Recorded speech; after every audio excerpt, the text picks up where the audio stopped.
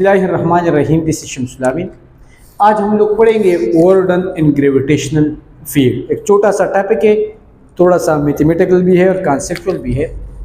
अब यहाँ पर आप लोग देख लें कि फील्ड्स हमारे पास डिफरेंट टाइप्स ऑफ फील्ड है, जैसे इलेक्ट्रिक फील्ड, ग्रेविटेशनल फील्ड और मैग्नेटिक फील्ड। अगर हमारे पास एक चार्ज है तो इस चार्ज के इर्द गिर्द हम कहते हैं कि हमारे पास एक फील्ड होगा जिसको हम नाम देते हैं इलेक्ट्रिक फील्ड। अब हमें कैसे पता चलेगा कि यहाँ फील्ड है कि नहीं?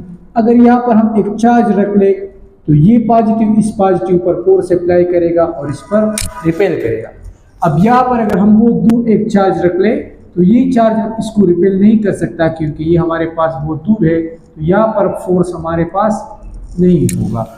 तो ये चार्ज अपने इर्द गिर्द दूसरे चार्ज पर फोर्स अप्लाई करता है और जिस फील्ड में अप्लाई करता है उस एरिया, उस फील्ड को हम लोग इलेक्ट्रिक फील्ड कहते हैं।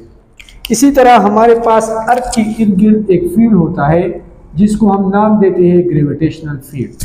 ग्रेविटेशनल फील्ड की खूबी हमारे पास क्या है कि यहाँ पर लेट सपोज अगर एक ऑब्जेक्ट होगा हमारे पास, अगर ग्रेविटेशनल फील्ड में है तो अर्थ इसको अट्रैक्ट करेगा, और अगर ग्रेविटेशनल फील्ड में नहीं है तो अर्थ इसको अट्रैक्ट नहीं कर सकता।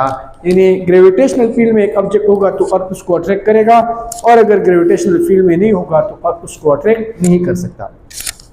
इसी तरह हमारे पास मैग्नेट के इर्द गिर्द हमारे पास एक फील्ड होता है जिसको हम नाम दे देते हैं मैग्नेटिक फील्ड का। मैग्नेटिक फील्ड की खूबी ये है, यहाँ पर आयरन होगा लेट सपोज, तो ये मैग्नेट आयरन को अट्रैक्ट करता है। मैग्नेटिक फील्ड की बाहर अगर आयरन पड़ा है तो इसको अट्रैक्ट नहीं कर सकता। अगर इस मैग्नेटिक फील्ड में हमारे पास हम दूसरा मैग्नेट लाते हैं तो ये दूसरा मैग्नेट इस मैग्नेट पर फोर्स अप्लाई करेगा, या इसको अट्रैक्ट करेगा या रिपेल करेगा, डिपेंड्स अपॉन द पेस। अगर साउथ है तो ये साउथ इस साउथ को जो है रिपेल करेगा, और अगर दो मैग्नेट्स है और ये हम दूसरा मैग्नेट ले आए तो ये साउथ जो है इस नॉर्थ को क्या करेगा? अट्रैक्ट करेगा। तो चार्ज के इर्द गिर्द electric field, charge in rest. तो ये इलेक्ट्रिक फील्ड हमारे पास चार्ज के इर्द गिर्द होता है जब वो रेस्ट में हो। ग्रेविटेशनल फील्ड हमारे पास अर्थ के इर्द गिर्द होता है, और मैग्नेटिक फील्ड हमारे पास मैग्नेट के इर्द गिर्द हमारे पास होता है, इसको हम बोलते हैं मैग्नेटिक फील्ड। अब इस फील्ड के हमारे पास टू टाइप्स है। अगर एक फील्ड है तो वो फील्ड हमारे पास या कंजर्वेटिव होगा और या हमारे पास नॉन कंजर्वेटिव होगा। कंजर्वेटिव फील्ड का क्या मतलब है? कंजर्वेटिव फील्ड के दो चीजें लाजिमी है। वो फील्ड जिसमें वर्क डन पाथ इंडिपेंडेंट होगा, जहां पर वर्क डन क्या हो? Path independent. For example A object से बी को हम एक ऑब्जेक्ट लाते हैं इस पाथ पर, तो इस पर वर्क डन हो गया W1। अगर इस ऑब्जेक्ट को हम इस दूसरे पाथ पर ले आए, इस पर वर्क डन हो गया W2। अगर ए सी बी पर इस थर्ड पाथ पर ले आए, वर्क डन इस पाथ 3। तो अगर फील्ड कंजर्वेटिव है तो W1, W2 और W3 हमारे पास क्या होंगे? Same.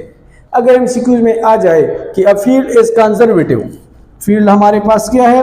Field is conservative, then work done in 3 different paths. ये तीनों पाथ्स हमारे पास क्या है? डिफरेंट है between two same points. Points हमारे पास क्या है? सेम है। तो वर्क डन क्या होगा? W1, W2 और W3 तीनों हमारे पास क्या होंगे? सेम। क्लोज पाथ में वर्क डन क्या होगा? 0। Work done in close path is 0। Close path mean कि ऑब्जेक्ट को हम ए से बी पर ले जाए और फिर बी से हम दोबारा जो है ए पर ले आए, तो ये हमारे पास क्लोज पाथ हो गया। क्लोज पाथ मीन कि इनिशियल और फाइनल पॉइंट सेम हो। Initial point is equal to final point, ये हमारे पास क्लोज पाथ हो गया। तो इसमें वर्क डन क्या होगा? 0। अब हम ये प्रूव करते हैं कि ये दोनों हमारे पास कब होंगे। तो हम ग्रेविटेशनल फील्ड को हम प्रूव करते हैं कि ग्रेविटेशनल फील्ड हमारे पास क्या है? कंजर्वेटिव फील्ड है, और ग्रेविटेशनल फोर्स हमारे पास कंजर्वेटिव फोर्स है। तो पहले हम इसके लिए प्रूव करेंगे कि work done is path independent, कि वर्क डन हमारे पास पाथ पर डिपेंड नहीं करता। सो एक ऑब्जेक्ट हमारे पास ए सी सी पर आ गया, इसने ये पाथ फॉलो किया, this is path number first. और फिर ये हमारे पास ए सी बी पर आया, बी सी सी पर, इसने हमारे पास ये पाथ फॉलो किया। तो इस केस में क्या होगा? कि एक पाथ ACC डायरेक्ट, फिर दूसरा पाथ ACB BCC। अगर हमारे पास वर्क डन पाथ 1 और पाथ नंबर 2 का सेम आया तो इसका मतलब है कि हमारे पास जो ग्रेविटेशनल फील्ड है वो कंजर्वेटिव। ग्रेविटेशनल फील्ड में अगर हमारे पास ग्रेविटेशनल फोर्स अप्लाई करता है एंड द वो हमारे पास होता है weight, and the weight is always acting downward. The only force W हमारे पास क्या है, वेट हमारे पास क्या है W, which is equal to mg, the force exerted by gravitational field। Force weight मतलब force exerted by gravitational field।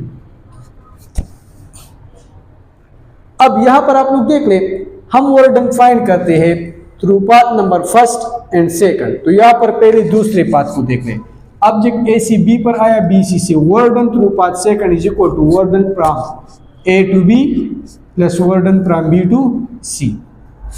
A to B work done, ये हमारे पास ऑब्जेक्ट ऊपर से नीचे की तरफ आया, दिस डिस्प्लेसमेंट इज d1, और वेट हमारे पास डाउनवर्ड है।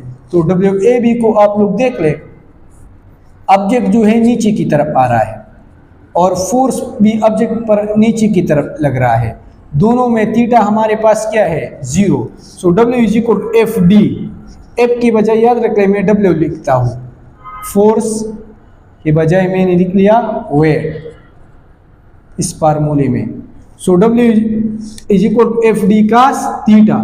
AB में एंगल कितना होता है, ये D और D1, W और D1 के बीच एंगल क्या है 0 है, तो W D1 cos 0 sin 0 is equal to 0 and cos 0 is equal to 1, तो हमारे पास आ गया WD1। साथ ही WBC को भी लिख लेते हैं। WBC हमारे पास किस चीज के बराबर है, WBC, तो यहाँ पर ऑब्जेक्ट इस तरफ आ रहा है, दिस इज D2, और वेट जो हमारे पास है दिस इज एक्टिंग डाउनवर्ड, यहाँ पर एंगल 90 डिग्री बन रहा है। So W is equal to F2, F2 की बजाय लिख ले वेट, D हमारे पास है D2 और एंगल क्या है cos 90। तो यहाँ पर जो वर्क डन है W is equal to FD cos 90, तो cos 90 हमारे पास 0 के बराबर है, तो WD2 into 0 is equal to 0। So work done हमारे पास आ गया WD1। This is work done through path number second. इस दूसरे पाथ पर जो वर्क हो गया है वो बराबर है WD1। अब हम लोग क्या करते हैं, पाथ 1 को फॉलो करते हैं कि what will be the work done through path number first. यहां पर आप लोग देख रहे कि AC ऑब्जेक्ट C पर आ गया, तो ऑब्जेक्ट जो है वेट डाउनवर्ड है और ये हमारे पास डिस्प्लेसमेंट है, और ये इन दोनों का हमारे पास क्या है W और D, फोर्स और डिस्प्लेसमेंट के बीच हमारे पास क्या है एंगल। तो यहाँ पर एक डायग्राम आप लोग देख ले कि ऑब्जेक्ट AC पर आ गया, ये हो गया डिस्प्लेसमेंट, वेट हमारे पास जो है ऑब्जेक्ट का जो वेट है, वेट इज एक्टिंग डाउनवर्ड, यहाँ पर ये एंगल बन रहा है हमारे पास। अब ये जो D है इसको 2 में डिवाइड करते हैं, ये D1 था, अब ये D जो है इसको 2 कंपोनेंट्स में रिजॉल्व करते हैं। ये D का थीटा के साथ जो कंपोनेंट बनेगा ये dx, और अपोजिट साइड पर जो कंपोनेंट बनेगा ये हमारे पास होगा dy। अब यहाँ पर देख ले, यहाँ से लेकर यहाँ तक ये हमारे पास D का x कंपोनेंट है, और यहाँ से लेकर यहाँ तक ये हमारे पास क्या है D1, दोनों हमारे पास क्या है सेम है, यानी यहाँ से ग्राफ से क्लियर है कि D1 is equal to dx मतलब D cos थीटा। तो दोबारा आए वर्क की तरफ, W work done from A to C, ये हमारे पास पाथ नंबर फर्स्ट है, W is equal to FD। तो यहाँ से जब ऑब्जेक्ट नीचे की तरफ आता है तो जो फोर्स लगता है वो वेट लगता है, and this is displacement D। So WD cos theta, WD cos theta mean WDx, और dx किस चीज के बराबर है D1। सो WD1, ये हमारे पास हो गया वर्क डन। तो यहाँ पर देख ले, पार्ट 2 पर जो वर्क डन आ रहा है वो है WD1, पार्ट 1 पर जो वर्क डन आ रहा है वो है WD1, यहाँ पर भी वर्क डन WD1 और इस पार्ट पर भी work done WD1। So hence prove that it is path independent, hence prove that work done is path independent in gravitational field.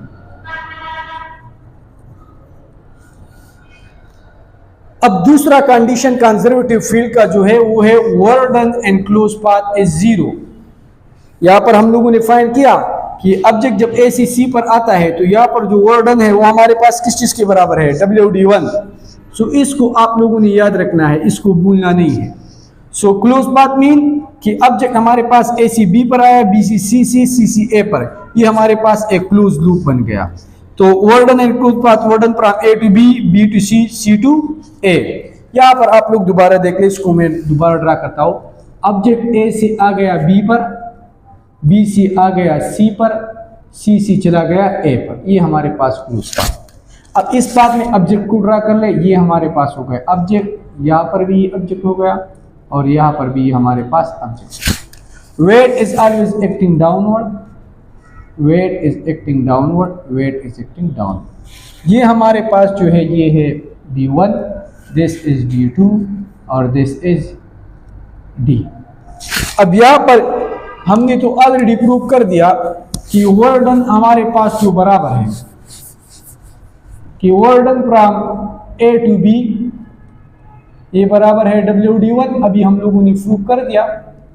अब work done from B to C point कर ले तो ये force FD cos theta में values लिख ले। Force क्या है, वेट, D मतलब डिस्प्लेसमेंट, D2 एंगल हमारे पास क्या है 90, cos 90, sin 0 is equal to 0, cos 0 is equal to 1, cos 90 is equal to 0।